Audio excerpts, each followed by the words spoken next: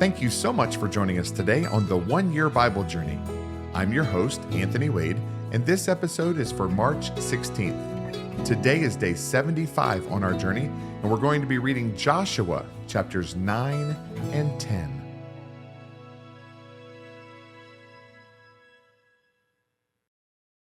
Joshua chapter 9. And it came to pass when all the kings who were on this side of the Jordan, in the hills and in the lowland, and in all the coast of the great sea toward Lebanon, the Hittite, the Amorite, the Canaanite, the Perizzite, the Hivite, and the Jebusite, heard about it, that they gathered together to fight with Joshua and Israel with one accord. But when the inhabitants of Gibeon heard what Joshua had done to Jericho and Ai, they worked craftily and went and pretended to be ambassadors. And they took old sacks on their donkeys, old wineskins torn and mended, old and patched sandals on their feet, and old garments on themselves. And all the bread of their provision was dry and moldy. And they went to Joshua to the camp at Gilgal, and said to him and to the men of Israel, We have come from a far country. Now therefore make a covenant with us. Then the men of Israel said to the Hivites, Perhaps you dwell among us, so how can we make a covenant with you? But they said to Joshua, We are your servants. And Joshua said to them, Who are you, and where do you come from?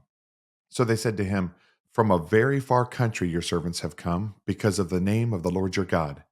For we have heard of his fame, and all that he did in Egypt, and all that he did to the two kings of the Amorites who were beyond the Jordan, to Sihon king of Heshbon, and Og king of Bashan, who was at Ashtaroth. Therefore our elders and all the inhabitants of our country spoke to us, saying, Take provisions with you for the journey, and go and meet them, and say to them, We are your servants. Now therefore make a covenant with us. This bread of ours we took hot for our provision from our houses on the day we departed to come to you. But now look, it is dry and moldy. And these wineskins which we filled were new, and see, they are torn. And these our garments, and our sandals have become old because of the very long journey. Then the men of Israel took some of their provisions, but they did not ask counsel of the Lord. So Joshua made peace with them, and made a covenant with them to let them live. And the rulers of the congregation swore to them. And it happened at the end of 3 days, after they had made a covenant with them, that they heard that they were their neighbors who dwelt near them. Then the children of Israel journeyed and came to their cities on the 3rd day. Now their cities were Gibeon, Chephirah, Beeroth, and Kirjath Jearim. But the children of Israel did not attack them, because the rulers of the congregation had sworn to them by the Lord God of Israel, and all the congregation complained against the rulers. Then all the rulers said to the congregation, We have sworn to them by the Lord God of Israel. Now therefore we may not touch them. This we will do to them. We will let them live, lest wrath be upon us because of the oath which we swore to them. And the rulers said to them, Let them live, but let them be woodcutters and water carriers for all the congregation, as the rulers had promised them. Then Joshua called for them, and he spoke to them, saying, Why have you deceived us, saying, We are very far from you, when you dwell near us?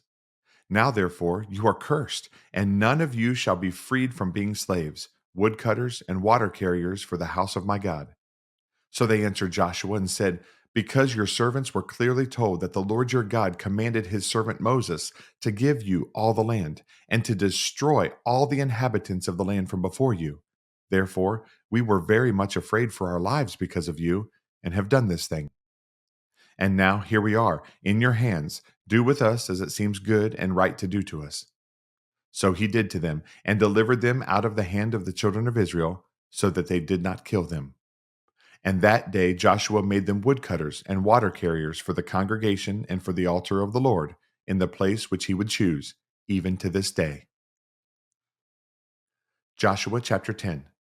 Now it came to pass when Adoni-Zedek, king of Jerusalem, heard how Joshua had taken Ai and had utterly destroyed it, as he had done to Jericho and its king, so he had done to Ai and its king, and how the inhabitants of Gibeon had made peace with Israel and were among them, that they feared greatly, because Gibeon was a great city, like one of the royal cities, and because it was greater than Ai, and all its men were mighty.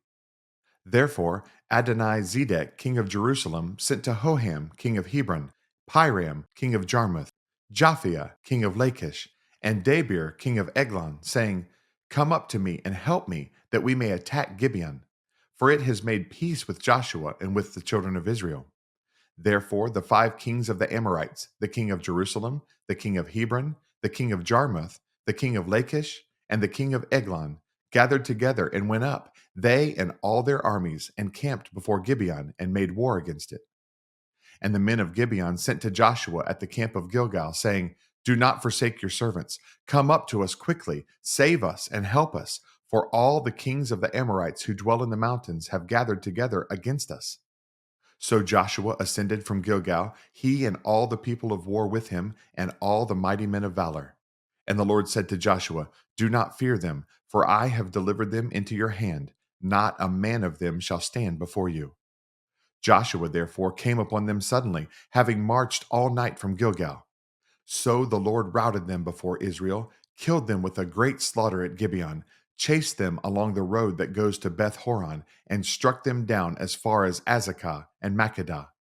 And it happened, as they fled before Israel and were on the descent of Beth Horon, that the Lord cast down large hailstones from heaven on them as far as Azekah, and they died.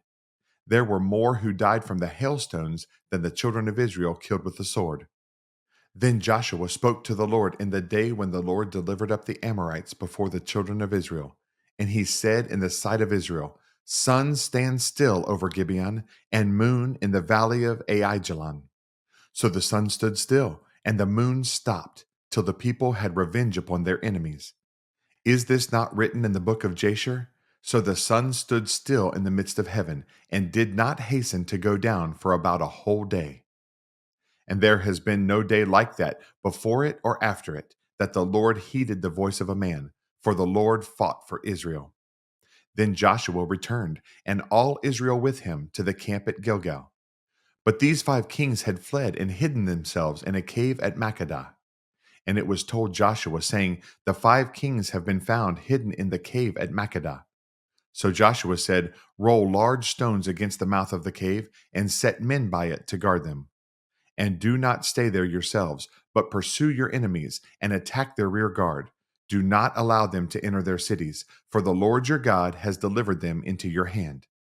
Then it happened, while Joshua and the children of Israel made an end of slaying them with a very great slaughter, till they had finished, that those who escaped entered fortified cities. And all the people returned to the camp, to Joshua at Makkedah in peace. No one moved his tongue against any of the children of Israel. Then Joshua said, "Open the mouth of the cave, and bring out those 5 kings to me from the cave." And they did so, and brought out those 5 kings to him from the cave: the king of Jerusalem, the king of Hebron, the king of Jarmuth, the king of Lachish, and the king of Eglon. So it was, when they brought out those kings to Joshua, that Joshua called for all the men of Israel, and said to the captains of the men of war who went with them, "Come near, put your feet on the necks of these kings." And they drew near and put their feet on their necks. Then Joshua said to them, "Do not be afraid, nor be dismayed. Be strong and of good courage, for thus the Lord will do to all your enemies against whom you fight." And afterward Joshua struck them and killed them, and hanged them on 5 trees, and they were hanging on the trees until evening. So it was at the time of the going down of the sun that Joshua commanded, and they took them down from the trees, cast them into the cave where they had been hidden, and laid large stones against the cave's mouth, which remain until this very day. On that day Joshua took Makkedah, and struck it and its king with the edge of the sword. He utterly destroyed them, all the people who were in it. He let none remain. He also did to the king of Makkedah as he had done to the king of Jericho. Then Joshua passed from Makkedah, and all Israel with him, to Libnah, and they fought against Libnah. And the Lord also delivered it and its king into the hand of Israel. He struck it and all the people who were in it with the edge of the sword. He let none remain in it, but did to its king as he had done to the king of Jericho. Then Joshua passed from Libnah, and all Israel with him, to Lachish, and they encamped against it and fought against it. And the Lord delivered Lachish into the hand of Israel, who took it on the 2nd day, and struck it and all the people who were in it with the edge of the sword, according to all that he had done to Libnah. Then Horam, king of Gezer, came up to help Lachish, and Joshua struck him and his people until he left him none remaining. From Lachish, Joshua passed to Eglon, and all Israel with him, and they encamped against it and fought against it. They took it on that day and struck it with the edge of the sword. All the people who were in it he utterly destroyed that day, according to all he had done to Lachish. So Joshua went up from Eglon, and all Israel with him, to Hebron, and they fought against it. And they took it and struck it with the edge of the sword, its king, all its cities, and all the people who were in it. He left none remaining, according to all that he had done to Eglon, but utterly destroyed it and all the people who were in it. Then Joshua returned, and all Israel with him, to Debir, and they fought against it. And he took it and its king and all its cities. They struck them with the edge of the sword, and utterly destroyed all the people who were in it. He left none remaining, as he had done to Hebron, so he did to Debir and its king, as he had done also to Libnah and its king. So Joshua conquered all the land, the mountain country, and the south, and the lowland, and the wilderness slopes, and all their kings. He left none remaining, but utterly destroyed all that breathed, as the Lord God of Israel had commanded. And Joshua conquered them from Kadesh Barnea as far as Gaza, and all the country of Goshen, even as far as Gibeon. All these kings and their land Joshua took at one time, because the Lord God of Israel fought for Israel. Then Joshua returned, and all Israel with him, to the camp at Gilgal. Thanks again for joining us on this amazing journey through the Bible. For additional resources to help you grow in your walk of faith, please visit our website at anthonywade.org. Have a blessed day, and remember that Jesus is Lord and you are complete in Him.